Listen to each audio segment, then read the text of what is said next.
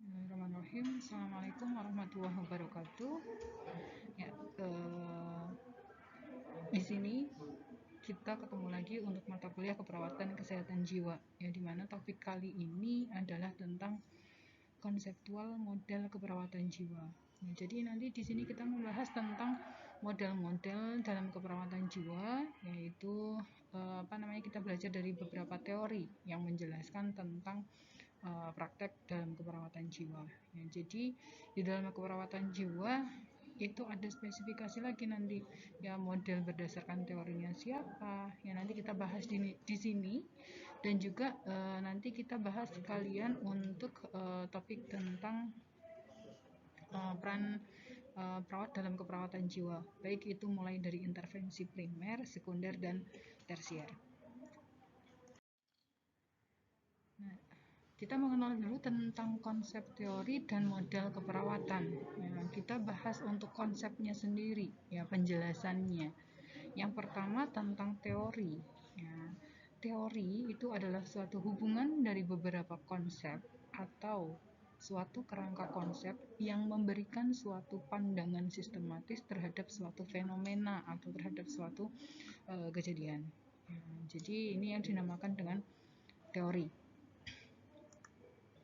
Kemudian untuk model sendiri, model itu merupakan suatu contoh yang menyerupai, merupakan pernyataan simbolik tentang suatu fenomena, menggambarkan teori dari skema konseptual melalui penggunaan simbol. Kemudian untuk model konsep itu adalah suatu rangkaian konstruksi yang sangat abstrak dan berkaitan yang menjelaskan secara luas fenomena-fenomena dan mengekspresikan asumsi dan mencerminkan suatu masalah. Kemudian teori keperawatan. Ya, teori keperawatan itu adalah sebagai suatu usaha untuk menguraikan dan menjelaskan berbagai fenomena di dalam keperawatan. Kemudian yang selanjutnya itu adalah model konsep keperawatan. Itu merupakan suatu cara untuk memandang situasi dan kondisi pekerjaan yang melibatkan perawat di dalamnya. Nah, jadi nanti di dalam materi ini kita membahas di sini, ya, teori, model konsep, kemudian teori keperawatan, model konsep dari keperawatan, spesifik di keperawatan jiwa. Tujuan dari teori keperawatan sendiri, kenapa sih dikembangkan suatu teori keperawatan? Ya, artinya di sini ada maksud dan tujuan dari adanya suatu teori. Yang pertama itu adalah mengidentifikasi ruang lingkup dan tujuan keperawatan, kemudian menyediakan pengetahuan untuk memperbaiki administrasi keperawatan, praktek keperawatan, kemudian edukasi di dalam keperawatan, serta penelitian dalam keperawatan. Ya. Jadi di sini untuk lingkup keperawatan sendiri, tujuan dari teori ini sangat banyak yang kita gunakan. Bagaimana ketika misalnya suatu penelitian itu tidak hanya satu teori, ya, tetapi banyak sekali teori yang bisa digunakan. Misalnya teori tentang stres, yaitu ada teori punyanya Lazarus, ya, kemudian kecemasan, itu ada banyak sekali teori-teori yang mengembangkan tentang konsep di dalam keperawatan. Kemudian yang ketiga itu membantu penelitian dalam mengembangkan pengetahuan dasar keperawatan, mengembangkan rencana kurikulum pendidikan keperawatan, kemudian menentukan kriteria untuk mengukur kualitas pelayanan keperawatan, pendidikan, dan penelitian di dalam keperawatan, kemudian menyediakan struktur yang sistematik dan rasional untuk aktivitas keperawatan. Ya, ini tujuan dari suatu teori di dalam keperawatan. Nah, untuk tujuan dari model keperawatan sendiri, ya, yang pertama itu adalah menjaga konsistensi dari asuhan keperawatan, kemudian mengurangi konflik tumpang tindih dan kekosongan pelaksanaan asuhan keperawatan, menciptakan kemandirian di dalam memberikan asuhan keperawatan, kemudian memberikan pedoman dalam menentukan kebijaksanaan dan keputusan, serta menjelaskan dengan tegas ruang lingkup dan tujuan asuhan keperawatan bagi setiap anggota tim dalam keperawatan. Ya, ini beda dari yang teori yang pertama, ya, tujuan dari teori, tetapi kalau untuk tujuan dari model sendiri itu sudah secara spesifik di sini dijelaskan. Kemudian untuk karakteristik dari teori keperawatan, baik apa sih ciri-ciri dari teori keperawatan? Yang pertama, teori keperawatan itu mengidentifikasi dan mendefinisikan sebagai hubungan yang spesifik dari konsep-konsep keperawatan yang ada. Kemudian, teori keperawatan itu bersifat ilmiah. Teori keperawatan bersifat sederhana dan umum. Serta di sini teori keperawatan itu berperan dalam memperkaya body of knowledge keperawatan yang dilakukan melalui penelitian. Ya, ini karakteristik atau ciri dari teori keperawatan. Nah, untuk model-modelnya sendiri di dalam model keperawatan jiwa, yang pertama, ya ini yang biasa digunakan ketika kita dalam lingkup keperawatan jiwa, itu model keperawatan yang digunakan. Yang pertama ada model psikoanalisa, kemudian model interpersonal, model sosial, kemudian model eksistensial, model terapi suportif, model medikal, dan ada model stres adaptasi. Ya. Dan yang terakhir itu ada model komunikasi. Ini beberapa model keperawatan yang ada di dalam keperawatan jiwa. Ini digunakan biasanya untuk terkait dengan pemberian asuhan keperawatan yang diberikan. Ya, itu menganut dari beberapa model yang ada. Yang pertama kita bahas dulu untuk model psikoanalisa. Ini dikembangkan oleh Sigmund Freud. Ya. Di dalam model psikoanalisa itu dijelaskan bahwa gangguan jiwa itu terjadi akibat tidak terselesaikannya konflik pada masa perkembangan. Ini ya, gangguan jiwa muncul sebagai upaya untuk mengatasi ansietas dan berhubungan dengan konflik yang tidak terselesaikan. Artinya dari model psikoanalisa sendiri di sini untuk Sigmund Freud itu berdasarkan dari masa perkembangan individu. Ya, kita tahu bahwa setiap individu itu mengalami tahap perkembangan mulai dari ketika lahir, ya, itu model perkembangan dimulai dari perkembangan usia bayi, kemudian usia toddler, perkembangan usia preschool, sekolah, kemudian remaja, dewasa, sampai ke perkembangan ke lansia. Ya. Artinya di mana seseorang atau individu mengalami gangguan jiwa itu bisa disebabkan karena dia mengalami konflik pada masa perkembangan tertentu dan itu tidak terselesaikan. Ya, artinya bisa menjadi salah satu faktor penyebabnya. Ya. Ini ya, ketika ada konflik tidak terselesaikan, artinya tidak mampu mengatasi konflik tersebut, ya, maka sehingga muncul masalah gangguan jiwa. Ya, artinya, nah di sini bagaimana kita berperan untuk setiap individu ketika menghadapi suatu perkembangan, ya, dari misalnya nih sekarang kalian itu berada di masa perkembangan usia remaja akhir atau memasuki dewasa awal. Ya, ingat di dalam masa perkembangan awal, di masa perkembangan sebelumnya, artinya di masa misalnya masa remaja, itu kalian cek nih, ya, tahap perkembangan usia remaja itu yang harus dilalui itu apa ya? Apakah saya sudah menyelesaikan semuanya atau mungkin ada konflik atau tidak yang belum terselesaikan? Maka seharusnya individu tersebut mampu mengatasinya, ya, mencari jalan keluar dan diselesaikan. Jangan sampai nanti ketika memasuki tahap perkembangan selanjutnya, ya, kalian menemukan masalah baru sehingga terjadi menumpuk masalahnya.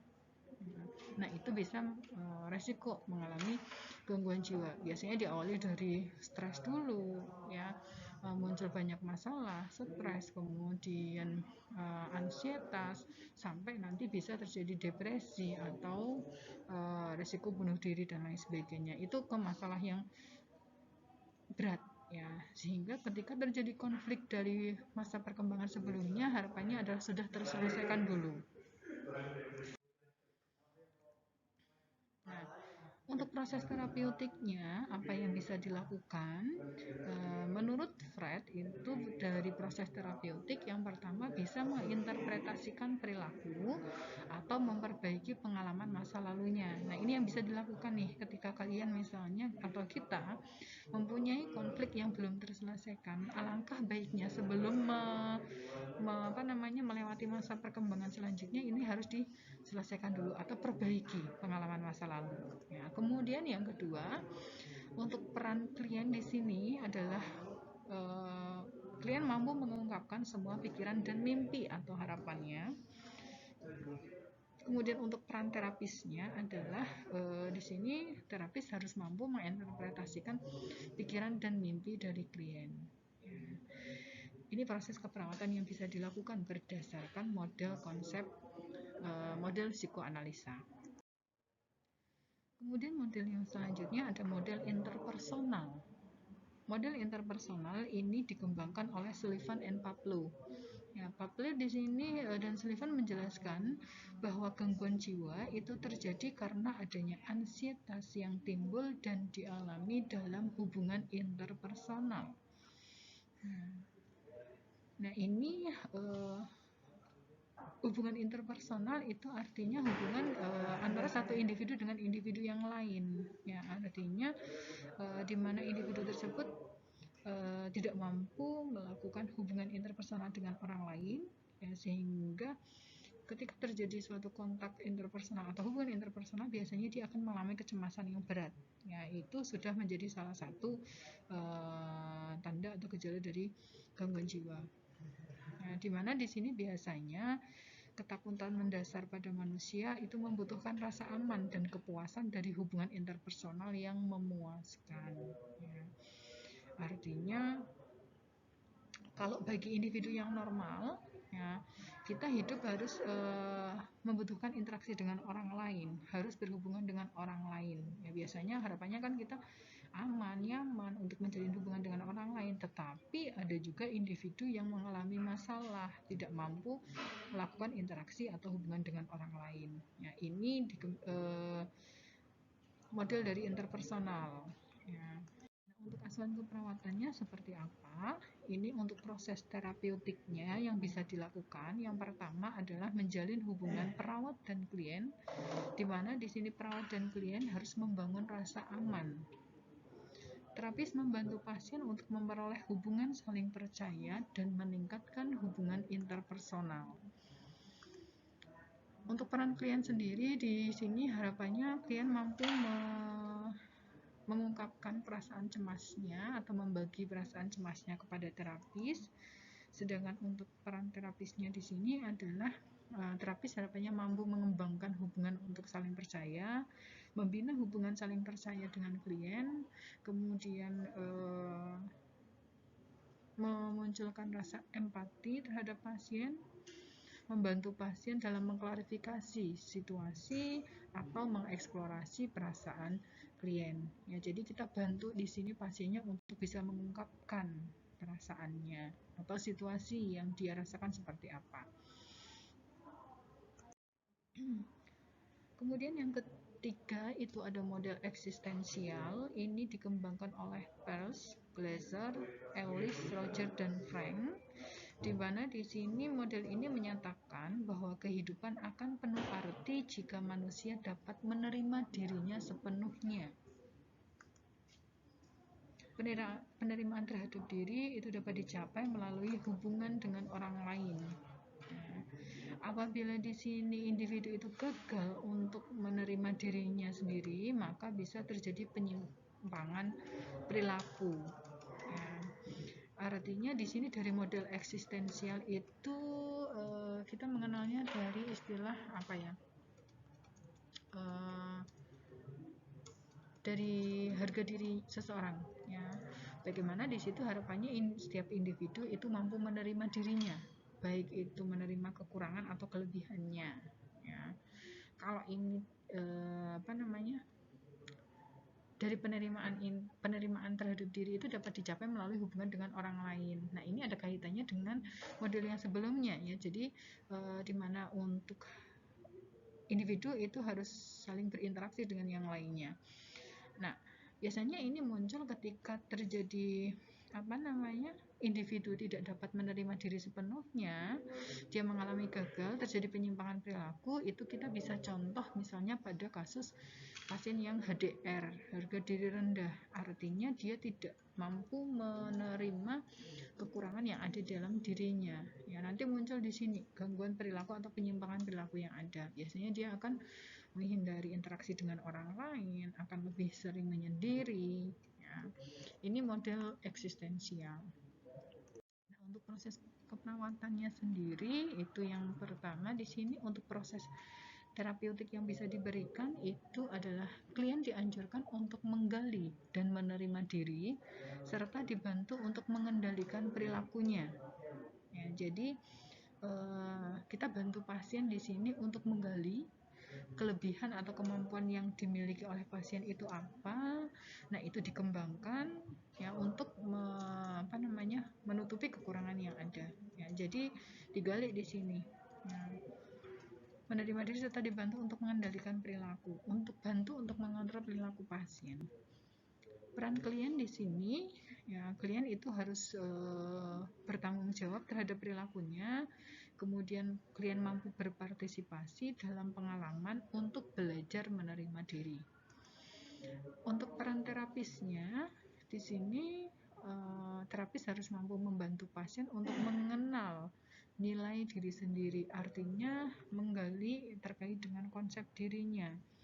Ya, konsep dirinya digali mulai dari identitas dirinya, peran dirinya, kemudian body image-nya, ya, kemudian ideal sampai ke harga diri. Artinya dibantu semua sehingga pasien itu mampu melihat di dalam dirinya itu punya kelebihan apa, masih mampu melakukan apa. Nah, itu dibantu pasien untuk konsep dirinya biar positif sehingga dia mampu menerima diri sendiri. Kemudian model yang selanjutnya itu ada model terapi suportif. Ini dikembangkan oleh Wehrmann and Rockland. Dalam model ini itu pengembangan terkait dengan terapi ya yang bisa diberikan. Ini di sini dijelaskan ya bahwa masalah itu muncul diakibatkan oleh faktor biopsikososial, menekankan pada respon coping yang terjadi. Nah, dari penjelasan tadi bahwa masalah itu muncul dari masalah biopsikososial, artinya masalah bio itu adalah biologis, artinya ada keluhan terkait dengan dirinya, keluhan secara fisik, biologisnya, kemudian bisa juga terjadi karena faktor psikologis, ya. Ada gangguan psikologis di situ yang muncul, kemudian ada faktor sosial. Faktor sosial itu kaitannya dengan bagaimana interaksi individu terkait dengan orang lain. Ya, tiga hal itu menjadi latar belakang munculnya suatu masalah. Nah, di sini proses terapeutik yang bisa diberikan adalah meningkatkan tes realita dan harga diri, kemudian memberikan dukungan sosial itu dikerahkan, dan respon coping adaptif itu dikuatkan. Kemudian peran klien itu harapannya klien agar terapi ini dapat berjalan secara efektif, partisipasi klien dalam terapi itu sangat penting. Ya, dimana di sini peran terapis itu harus memunculkan perasaan atau hubungan yang hangat, memunculkan rasa empati serta bersahabat dengan klien. Ya. Ini proses keperawatan yang bisa dilakukan. Ya.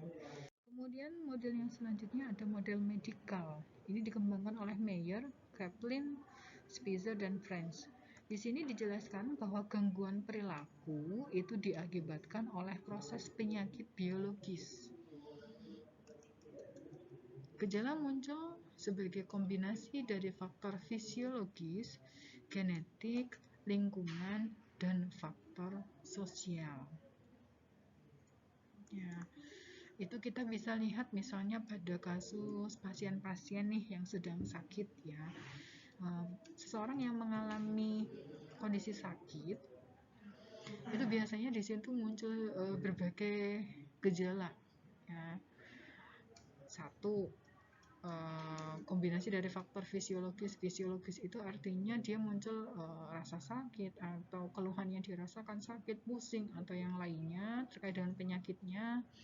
Kemudian faktor lingkungan, biasanya ketika orang sakit itu dia akan membutuhkan situasi lingkungan yang tenang, yang nyaman ya.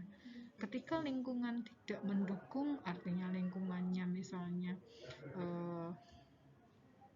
panas, kemudian berisik, sehingga individu tersebut tidak bisa istirahat, biasanya nanti keluhan fisiknya akan semakin kuat dirasakan ya. Kemudian lingkungan sosial, nah itu biasanya juga dari dukungan orang-orang di sekitar ya. Ketika individu yang sakit kemudian dia hanya sendiri ya, artinya misalnya teman-teman nih ketika sakit misalnya di kos jauh dari orang tua, itu pasti akan berbeda ketika misalnya kalian sakit tetapi masih ada orang tua atau keluarga yang merawat. Nah itu gangguan perilaku itu muncul dari berbagai kombinasi faktor yang dirasakan kaitannya dengan proses penyakit biologis ya, sehingga bisa dilihat ketika kita ketemu dengan individu yang sakit atau orang yang sakit, itu biasanya keluhannya tidak hanya secara fisik tapi psikologisnya muncul, cemasnya muncul, kemudian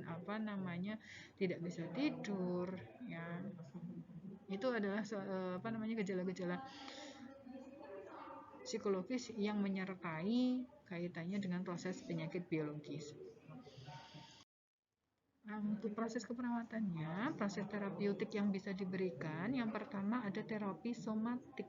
Ya, terapi somatik di sini adalah terapi untuk mengurangi gejala keluhan yang dirasakan. Misalnya pasiennya mengeluh nyeri, ya berarti kita berikan terapi untuk mengurangi nyerinya.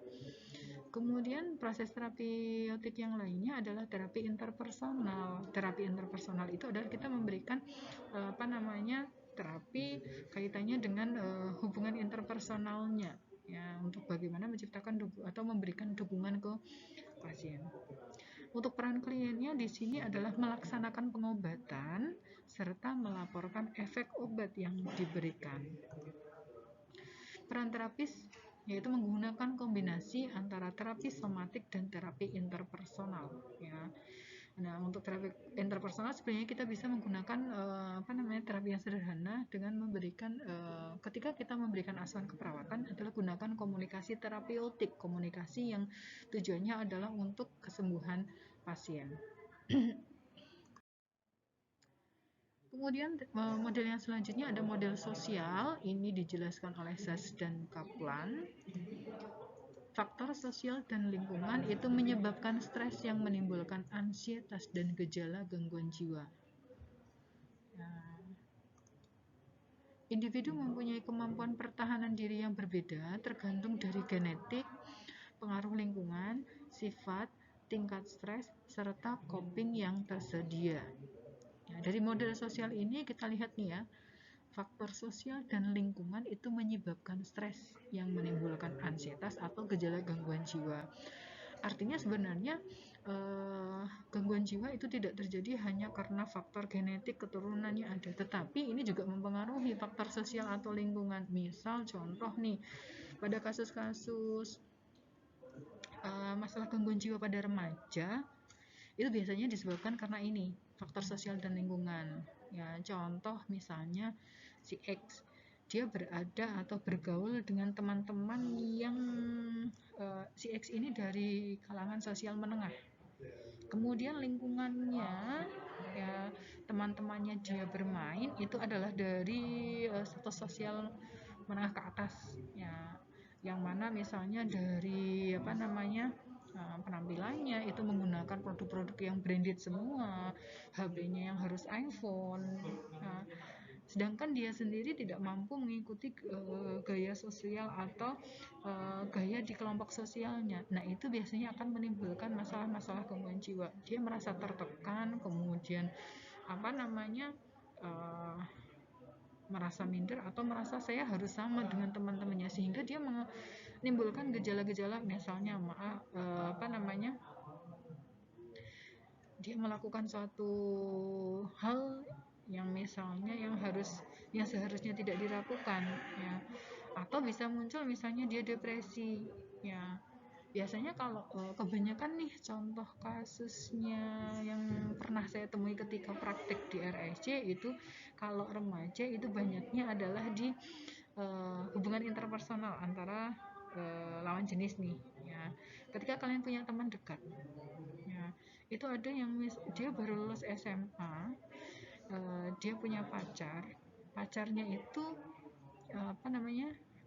pinginnya itu cowoknya punya motor ninja waktu itu, ya.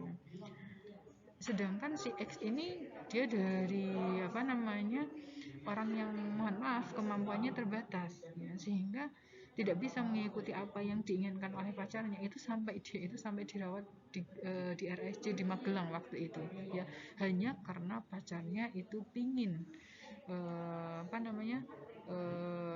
si cowok ini punya motor ninja.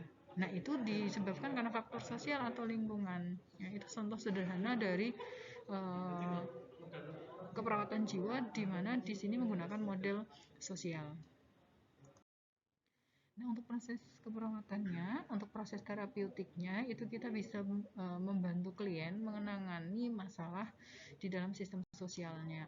Misalnya memanipulasi lingkungan, menunjukkan dukungan sosial atau dukungan sebaya itu sangat dianjurkan. Memanipulasi lingkungan contohnya adalah kita tadi misalnya berada di lingkungan yang mohon maaf tidak sesuai dengan kita. Artinya bagaimana di sini kita memanipulasi lingkungan, artinya kita harus bisa,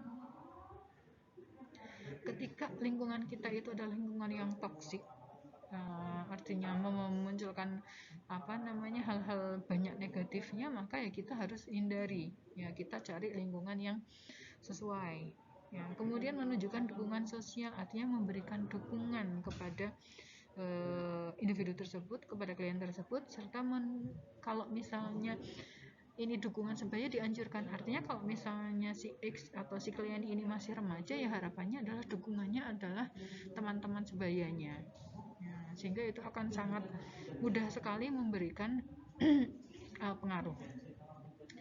Kemudian peran klien.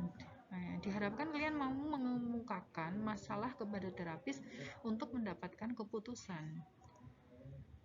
Sedangkan peran terapis di sini adalah mengeksplorasi sistem sosial pasien, membantu pasien dengan menggunakan sistem yang sesuai, ya.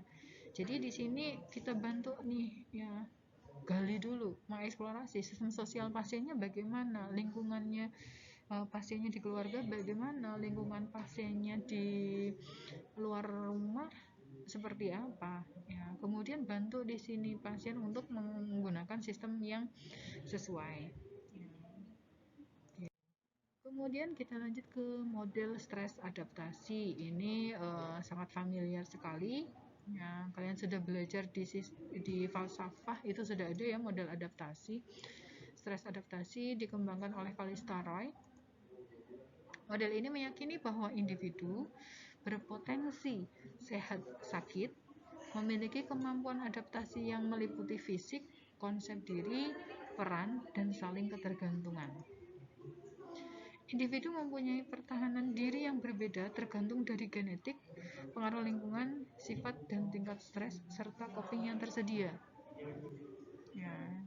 Jadi kita lihat di sini, ya, setiap individu itu beresiko untuk kondisi sehat sakit, ya. Kemudian dalam kondisi sehat sakit ini biasanya individu itu mempunyai kemampuan adaptasi yang berbeda-beda, ya. Adaptasi itu bisa adaptasinya dalam bentuk fisik, adaptasinya dalam bentuk konsep diri atau peran, atau saling ketergantungan dengan yang lainnya, ya. Jadi di sini kita lihat bahwa stres yang dialami atau masalah yang dialami seseorang itu bisa dilihat dari bagaimana individu tersebut dalam beradaptasi, copingnya baik atau tidak, dia mampu menyesuaikan dirinya menghadapi masalah atau tidak, ya. Ini model dari stres adaptasi.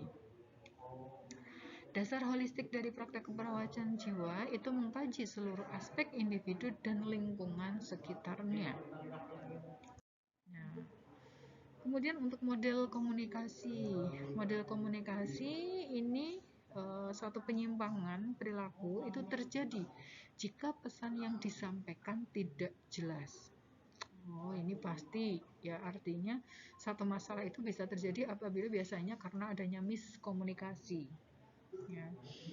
Penyimpangan komunikasi menyangkut verbal, nonverbal, posisi tubuh, kecepatan, dan volume suara atau bicara.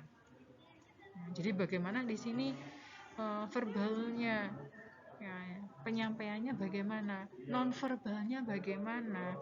Kalau misalnya nih nonverbal itu dari bahasa tubuh bisa, kemudian dari ekspresi wajah ketika kita komunikasi bisa, ya, posisi tubuh itu masuk ke bahasa nonverbal sebenarnya, kecepatan ataupun volume suara, ya. Ini sangat mempengaruhi sekali dalam terjadinya penyimpangan komunikasi. Nah, proses terapinya yaitu memberikan umpan balik dan klarifikasi masalah, memberikan penguatan untuk komunikasi yang efektif, kemudian memberikan alternatif koreksi untuk komunikasi yang tidak efektif, serta melakukan analisa proses interaksi. Ya, jadi komunikasi yang baik itu sebenarnya ketika kita penyampaian pesan atau memberikan pesan, itu kita tanyakan. Misalnya nih, saya ngomong menyampaikan informasi nih ke teman-teman. Saya sama si Pen, Mbak, mohon maaf, besok saya tidak bisa ngajar, jadi kita cari waktu untuk minggu depan ya.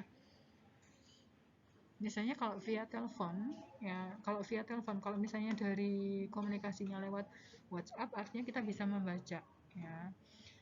Ketika misalnya biasanya kalau penyampaiannya secara verbal atau secara langsung atau telepon, ya, itu kita harus klarifikasi, Mbak tadi paham enggak yang saya sampaikan apa? Ya, itu kalau yang efektif seperti itu. Artinya dalam proses komunikasi pesan yang disampaikan dengan pesan yang diterima itu sama. Ya.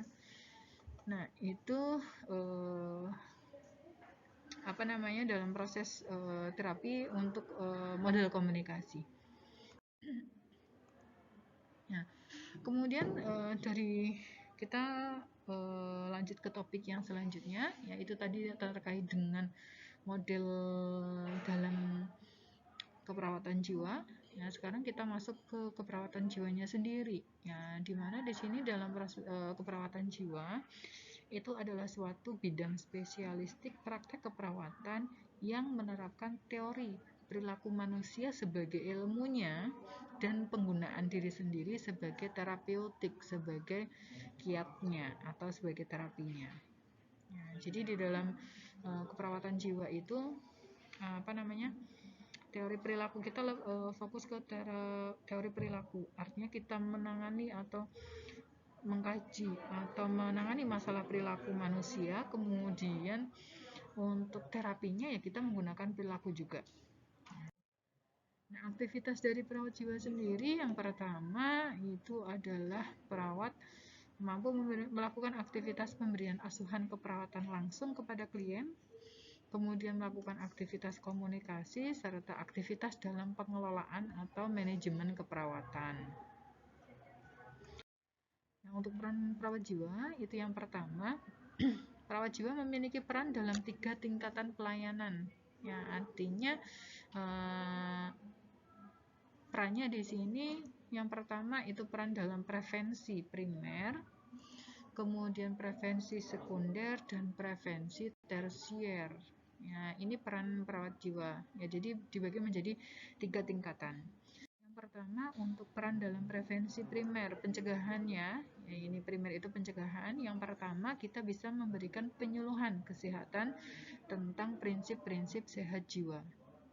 Ya, jadi kita fokus bagaimana agar individu itu tidak mengalami masalah kegangguan jiwa, ya, sehingga kita perlu nih memberikan penyuluhan bagaimana prinsip-prinsip sehat jiwa itu seperti apa agar individu itu tidak sampai ke sakit jiwa. Kemudian mengefektifkan perubahan di dalam kondisi kehidupan, tingkat kemiskinan, dan pendidikan. Nah, yang ketiga, memberikan pendidikan kesehatan. Yang keempat, melakukan rujukan yang sesuai dengan sebelum gangguan jiwa terjadi. Nah, jadi ini ada proses menjelaskan terkait dengan tahapan atau proses rujukan yang sesuai itu yang seperti apa ya. Kemudian membantu klien di rumah sakit umum untuk menghindari masalah psikiatri di masa mendatang. Artinya kita fokus di sini untuk prevensi primer itu juga diberikan pada individu-individu yang mengalami resiko. Biasanya pada pasien-pasien yang ada di klinik di rumah sakit biasa, ya itu pasien-pasien yang dirawat di rumah sakit itu merupakan individu yang beresiko mengalami gangguan jiwa. Kemudian bersama-sama keluarga itu memberikan dukungan pada anggota keluarga dan meningkatkan fungsi kelompok. Ya, artinya ini cakupannya di komunitas, di keluarga dan komunitas. Ya. Kemudian yang terakhir itu aktif dalam kegiatan masyarakat dan politik yang berkaitan dengan kesehatan jiwa. Ya, ini adalah beberapa peran perawat dalam prevensi primer, dalam pencegahan. Kemudian peran perawat dalam prevensi sekunder. Prevensi sekunder ini kita tujukan pada kelompok yang sakit ya. Ini yang pertama adalah melakukan screening dan pelayanan evaluasi kesehatan jiwa. Kemudian melaksanakan kunjungan rumah atau pelayanan penanganan di rumah. Ya, ini kan sasarannya pada individu yang sakit. Kemudian memberikan pelayanan kedaruratan psikiatri di rumah sakit umum, menciptakan lingkungan yang terapeutik yang mendukung kesembuhan pasien, kemudian melakukan supervisi klien yang mendapatkan pengobatan, serta memberikan pelayanan pencegahan bunuh diri. Ya. Dalam prevensi sekunder ini sasarannya adalah individu yang sakit. Ya. Nah, ini beberapa perannya, kegiatannya. Ini kan kita lihat ya, evaluasi pelayanan kesehatan jiwa ya, berarti evaluasi yang bisa diberikan pada pasien. Kunjungan rumah atau pelayanan penanganan di rumah ya, berarti yang dilakukan kunjungan siapa? Ya, individu yang sakit ya. Jadi prevensi ini ditujukan pada individu yang mengalami gangguan jiwa. Kemudian peran dalam prevensi sekunder yang lainnya, ini bisa memberikan konsultasi itu bisa pada pasien ataupun pada keluarganya, kemudian melaksanakan intervensi krisis itu adalah pada pasien pada klien yang dalam kondisi amuk. Ya, biasanya kalau pasien itu kan bisa terjadi kekambuhan ya. Kalau kambuh itu biasanya kan langsung menunjukkan dia menunjukkan perilaku agresif, perilaku marah, mengamuk ya, atau memukul orang lain atau merusak lingkungan. Kemudian memberikan psikoterapi individu, keluarga, dan kelompok pada berbagai tingkat usia. Ya. Ini psikoterapi atau pendidikan. Ya. Kemudian memberikan intervensi pada komunitas dan organisasi yang telah teridentifikasi masalah yang dialami. Ya, ini misalnya pada kelompok-kelompok risiko atau pada komunitas yang menunjukkan masalah. Kemudian yang ketiga adalah peran dalam prevensi tersier. Tersier ini ditujukan pada individu agar tidak terjadi komplikasi yang lainnya. Misalnya melaksanakan latihan vokasional dan rehabilitasi. Ini kan ditujukan pada pasien yang tadinya sakit agar pasien tersebut menjalani rehabilitasi, mampu melakukan kehidupan di masyarakat dan bisa diterima di masyarakat ya, sehingga dilatih di sini keahlian yang masih dimiliki apa. Kemudian mengorganisasi aftercare untuk klien yang telah pulang dari fasilitas kesehatan jiwa untuk memudahkan transisi dari rumah sakit ke komunitas. Ya, artinya di sini kita lakukan koordinasi ya, bagaimana pelayanannya setelah pasien itu misalnya dirawat dari RSJ. Kemudian memberikan pelatihan partial hospitalization ya, rawat siang pada klien. Ya, tadi adalah penjelasan tentang model terapi, model keperawatan jiwa dan beberapa peran perawat kesehatan jiwa dalam pencegahan primer, tersier, dan sekunder. Ya, mungkin itu saja yang dapat saya jelaskan. Silakan teman-teman bisa dipelajari. Kalau misalnya ada pertanyaan, boleh langsung disampaikan di kolom chat atau komentar ya. Sekian dari saya, kurang lebihnya mohon maaf. Sampai ketemu di pertemuan selanjutnya. Wassalamualaikum warahmatullahi wabarakatuh.